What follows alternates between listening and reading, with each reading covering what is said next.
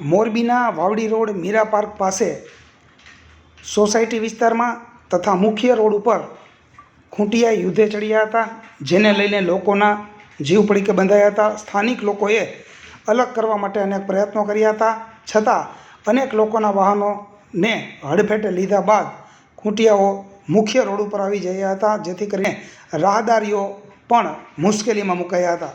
મોરબી પાલિકા દ્વારા ઢોર પકડવાની કામગીરી કરવામાં આવતી હોય તેવા સમાચારો આવે છે. તેની વચ્ચે આ વિડીયો વાયરલ થયો હોય. હાલ લોકો આ પ્રકારની કામગીરીને લઈને સવાલો ઉઠાવી રહ્યા છે અને ઢોર પકડવાની કામગીરી વેગવંતી બનાવવામાં આવે તેવી માંગ કરી રહ્યા છે.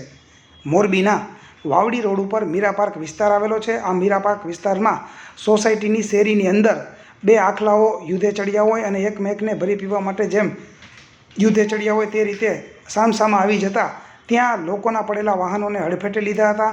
બાઇક સહિતના વાહનોમાં નુકસાની પહોંચી હતી અને ત્યાં હાજર રહેલા વૃદ્ધ બાળકો સહિતના લોકોના પણ જીવ પડીકે બંધાયા હતા. અને જે રીતે આ યુદ્ધ જોવા મળ્યું હતું તે રીતે કોઈનો જીવ જાય તેવી પણ સ્થિતિ હતી.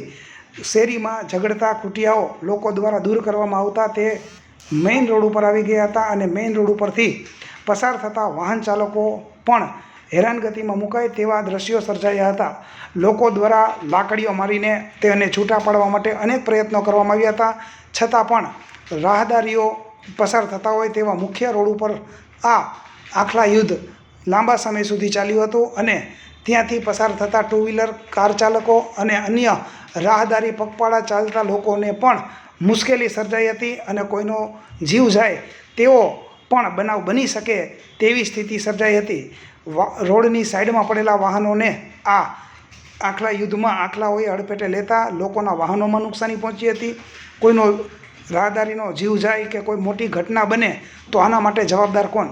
પાલિકા તંત્ર દ્વારા વખતો વખત આટલા ઢોર પકડ્યા તેવા સમાચારો મોકલવામાં આવે છે. દરમિયાનમાં આ પ્રકારના વિડીયો પણ વાયરલ થઈ રહ્યા છે, ત્યારે ઘટતી કાર્યવાહી થાય તે જરૂરી છે અને કોઈનો જીવ જાય તે પૂર્વે રઝળતા ઢોરને પકડીને તેની યોગ્ય વ્યવસ્થા કરવામાં આવે તેવી લોકોમાંથી પણ માંગ ઉઠી રહી છે.